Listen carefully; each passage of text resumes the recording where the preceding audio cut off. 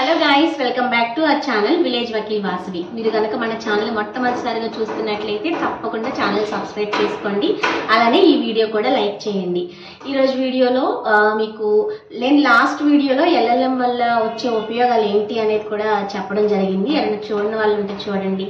అలానే ఏ బ్రాంచ్ తీసుకోవాలనేది కూడా చెప్పాను. బట్ ఈ వీడియో వచ్చేసరికి ఏంటి అంటే డిజర్టేషన్. సో ఎల్ఎల్ఎం చేసే ప్రతి ఒక్కరికి ఈ డిజర్టేషన్ గురించి తెలియాలి. అట్లనే డిజర్టేషన్ ఎట్లా చేయాలి ఏంటనేది చాలా డౌట్ ఉంటుంది.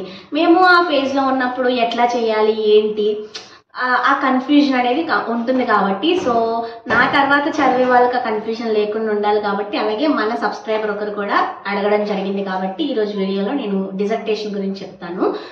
జనరల్గా నేను చేసిన దగ్గర అయితే కనుక థర్డ్ సెమ్లో ఒక ప్రాజెక్ట్ ఉంటుంది, ఫోర్త్ సెమ్లో డిజర్టేషన్ ఉంటుంది. థర్డ్ సెమ్లో doctrinal, non doctrinal, teaching assignment and clinical legal education అని 4 ఆస్పెక్ట్స్లో ఈచ్ కేటగిరీ 25 మార్క్స్, 100 మార్క్స్కి థర్డ్ సెమ్లో ప్రాజెక్ట్ ఉంటుంది. దానికోసంగానే మేము లీగల్ దానికి పక్క కొన్ని ఊర్లకి వెళ్ళి అక్కడ వాళ్ళకి అవేర్నెస్ క్రియేట్ చేయడం. టీచింగ్ అసైన్మెంట్ వచ్చేసరికి మనం ఎల్ఎల్ఎం అంటే టీచింగ్ చెప్పాలి, సో దానికి మనకి గైడ్స్ మార్క్స్ ఇస్తారు. నాన్ డాక్ట్రినల్, డాక్ట్రినల్ ఒకటి కేస్ కామెంట్ అండ్ ఒక కేస్ గురించి కంప్లీట్గా ఒక కామెంట్ లాగా రాయాలి.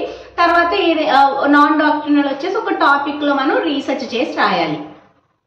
అది నెక్స్ట్ వచ్చేసరికి ఇప్పుడు డిజర్టేషన్ వచ్చేసరికి డిఫరెంట్ కాన్సెప్ట్స్ అయితే తీసుకోము, ఏదైనా ఒక కాన్సెప్ట్ చూస్ చేసుకుంటాము. ఫస్ట్ ఆఫ్ ఆల్ కాన్సెప్ట్ చూస్ చేసుకునే ముందు మీకు ఏ టైప్ ఆఫ్ రీసెర్చ్ తీసుకోవాలనేది తెలియాలి. మనకి డాక్ట్రినల్, నాన్ డాక్ట్రినల్ లాగా అంటే ఇప్పుడు మనకి ఏంటి ఎనలైటికల్, ఎంపిరికల్ అని చెప్పి 2 టైప్స్ ఆఫ్ రీసెర్చెస్ ఉంటాయి. ఎనలైటికల్ రీసెర్చ్ అంటే ఏంటి అంటే జనరల్గా మనం గూగుల్లో చూసి, వెబ్సైట్స్లో చూసి, పుస్తకాల్లో చూసి అంటే ఆల్రెడీ ఉన్నదాన్నే మనం ఇంకొంచెం అనలైజ్ చేసి దాన్నే కలెక్ట్ చేసి నథింగ్ బట్ ఆ మ్యాటర్ అంతా కలెక్ట్ చేసి ఒక చోట పొందుపరిచి రాయడము. నెక్స్ట్ వచ్చేసరికి మనకి ఎంపిరికల్ రీసెర్చ్. ఎంపిరికల్ రీసెర్చ్ అంటే ఏంటి అంటే మనం డేటా కలెక్ట్ చేయాలన్నమాట. అంటే ఇట్ ఈస్ నథింగ్ బట్ మనం బయటకు వెళ్ళి ఒక టాపిక్ మీద కలెక్ట్ చేయడం. ఫర్ ఎగ్జాంపుల్ నేను తీసుకున్న topic impact of education on society A socio legal research. అంటే ఎస్పెషల్లీ నేను కలెక్ట్ చేసిన డేటా మా విలేజ్ అనమాట. సో ఎడ్యుకేషన్ యొక్క ఇంపాక్ట్ సొసైటీలో ఇప్పుడు ఎలా ఉందనేది డిఫరెంట్ పర్సన్స్ దగ్గర నుంచి వాళ్ళ యొక్క ఒపీనియన్స్ కలెక్ట్ చేసి దాన్ని నేను ఒక డేటా లాగా అనలైజ్ చేసి రాశాను. కాబట్టి ఫస్ట్ ఆఫ్ ఆల్ మీరు ఎంపిరికల్ రీసెర్చ్ చేయాలనుకుంటున్నారా, అనలైటికల్ చేయాలనుకుంటున్నారా? ఎక్కువ మంది చూస్ చేసుకునేది అనలైటికలే. సో ఉన్న టాపిక్స్ ఆల్రెడీ చేసిన దాంట్లోనే మనం కొంచెం ఇంకేదైనా దానికి యాడ్ చేసుకుంటూ డేటా కలెక్ట్ చేసుకుంటూ దాన్ని రాస్తాం. ఎంపిరికల్లో వచ్చేసరికి ఎప్పుడైనా ఏంటంటే ఆల్రెడీ చేసింది అలా కాకుండా ఒకవేళ చేసిందే అయినా ఇందులో మన స్పెషాలిటీ ఏంటి, మనం స్పెషల్గా ఎంచుకున్నాం, సో అది చూపించి రీసెర్చ్ చేసి రాయాల్సి ఉంటుంది. దీనికి కూడా మినిమం ఒక 100 పేజెస్ అయితే మనం టార్గెట్ పెట్టుకుని దానికి కూడా చాప్టర్స్ లాగా డివైడ్ చేసుకోవాలి. ఒక్కొక్క చాప్టర్లో ఒక్కొక్క దాని గురించి మనం మాట్లాడాలి. ఇంట్రొడక్టరీ చాప్టర్ అని చెప్పేసి, లేదంటే ఇంకా దానిలోనే ఇంకా మనం రీసెర్చ్ చేసింది అలాగా. అండ్ ఇంకొకటి మనం హైపోథెసిస్ అనేది, సో స్టార్టింగ్ రాసేటప్పుడు ఏంటంటే మన యొక్క రీసెర్చ్ ఆబ్జెక్టివ్ కానీ అలాగే హైపోథెసిస్ మనం ఎక్కడెక్కడి నుంచి కలెక్ట్ చేసాము అని చెప్పేసి రీసెర్చ్కి సంబంధించి ఎక్కడెక్కడి నుంచి ఇన్ఫర్మేషన్ తీసుకున్నాను ఒక షార్ట్ కట్లో. అండ్ హైపోథెసిస్ అంటే ఏంటంటే మీరు ఒక రీసెర్చ్ చేసే ముందు మీకంటూ ఒక గెస్, అంటే బిఫోర్ డూయింగ్ రీసెర్చ్ మనకు ఒక ఐడియా ఉంటుంది అది ఏంటి అనేది, అంటే ఏం రాబోతుందని. ఫర్ ఎగ్జాంపుల్ నేను తీసుకుంటే నా హైపోథెసిస్ ఏంటంటే డెఫినెట్గా ఎడ్యుకేషన్ ఇంపాక్ట్ రూరల్ ఏరియాస్లో పెరిగింది అనేది నా యొక్క హైపోథెసిస్. సో నేను చేసిన తర్వాత అది నాకు మ్యాచ్ అయిందా లేదా అనేది కూడా మనం మళ్ళీ రాస్తాం. మన hypothesis result of the research అనేది కూడా రాసుకుంటాం అనమాట. అలా మన ఒక హైపోథెసిస్, మీరు ఏ టాపిక్ ఎంచుకుంటున్నారో ఆ టాపిక్ను ఒక హైపోథెసిస్, మీరు ఏమి ఫైండ్ అవుట్ చేయబోతున్నారు ఫైనల్గా అనేది మనం ఒక గెస్ చేస్తాం. సో అది రాసి అట్లీస్ట్ ఒక 6-7 చాప్టర్లు పెట్టుకుని ఆ 6-7 చాప్టర్లు చక్కగా మ్యాటర్ కేటాయించుకుంటూ రాసుకుంటూ టైప్ చేసుకుంటూ ఒక్కొక్కటి మీకు ఎవరైతే గైడ్ అలాట్ చేస్తారో వాళ్ళకి అది చూపిస్తూ ఏమైనా కరెక్షన్స్ చెప్తే అవి యాడ్ చేసుకుంటూ ఉండాలన్నమాట. సో ఫైనల్గా మనకి అదంతా కరెక్షన్స్ అన్నీ ఓకే అయినాక అప్పుడు మనం ఫైనల్ బైండింగ్కి ఇచ్చేసేయాల్సి ఉంటుంది. ఆ ముందు పేజెస్ అన్ని మీ సీనియర్స్ అట్లా చేసి ఉంటారు కాబట్టి అవన్నీ ముందు మనం యాడ్ చేసుకోవాలన్నమాట. గైడ్ నేమ్, అక్కడ ఒకవేళ యూనివర్సిటీ అయితే హెచ్ఓడి నేమ్ కానివ్వండి, ఇంకా మిగతా ప్రొఫెసర్స్ నేమ్స్ కానివ్వండి, అండ్ మీ యొక్క గ్రాటిట్యూడ్ ఎవరికి తెలుపుతున్నారో, టీచింగ్ నాన్ టీచింగ్ స్టాఫ్, అవన్నీ ఫస్ట్ పేజెస్లో వస్తాయి జనరల్గా. అదంతా మీరేం బాధపడవసరంలా. ఫస్ట్ ఏం చేస్తారంటే మీ సీనియర్స్ ఎవరైతే చేసి ఉంటారో మీ ముందు బ్యాచ్ వాళ్ళ బుక్స్ మీరు తీసుకోవచ్చు. మీకు ఇచ్చిన గైడ్స్ ఉంటారు కదా, వాళ్ళ దగ్గరికి వెళ్ళి ఒకటి నాకు రిఫరెన్స్కి బుక్ ఇమ్మంటే ఇస్తారు. సో ఆ బుక్ తీసుకుని వాళ్ళు ఎట్లా చేశారో చూసి అప్పుడు మీకు ఒక అవగాహన వచ్చేస్తుంది. అప్పుడు ఇంకా మీ టాపిక్ మీద ఇది చేసుకోవాలి. ఎట్లా కాకుండా అది ఒకసారి చూసారనుకోండి, ఓకే ఇట్లా చేశారని మీకు ఒక ఐడియా వస్తుంది కదా.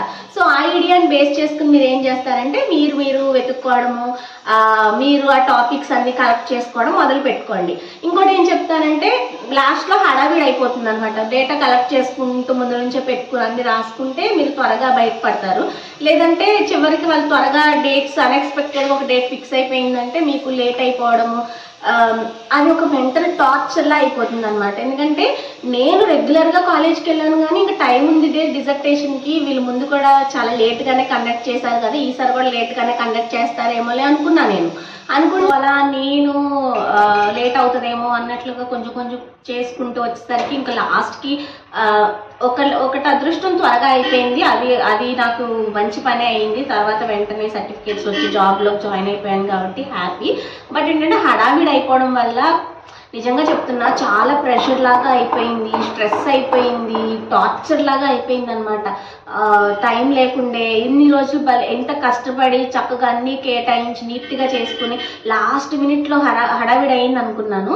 కాకపోతే చాలా బాగా అయితే అన్నీ చివరికి కలెక్ట్ అయ్యి రాసి కరెక్షన్స్ చేయించుకుని మొత్తానికి సబ్మిట్ చేసి వైవా అవగొట్టేసుకున్నాము.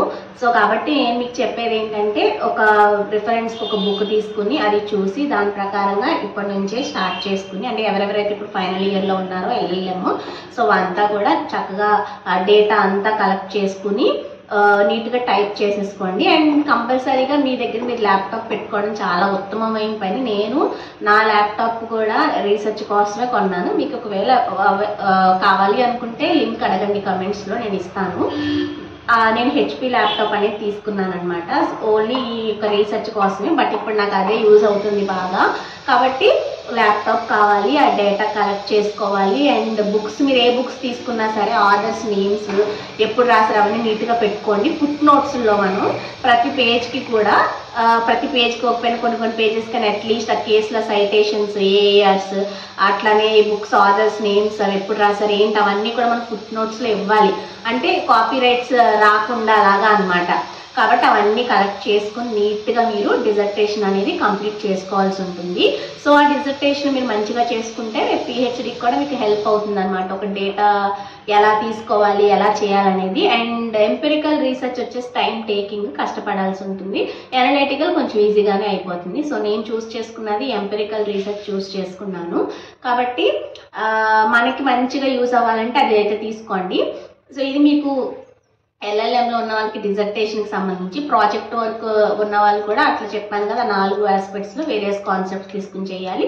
అండ్ ఈ డిజర్టేషన్లో ఒక టాపిక్ తీసుకుని అండ్ మీరు టాపిక్ తీసుకునే ముందు ఆ టాపిక్ ఏమన్నా ఎంతవరకు మీరు ఎలాబరేట్ చేయగలుగుతారు, ఎక్కువ కాన్సెప్ట్ ఉంది. ఎందుకంటే కొన్ని వాటికి ఎంత చూసినా రాదు.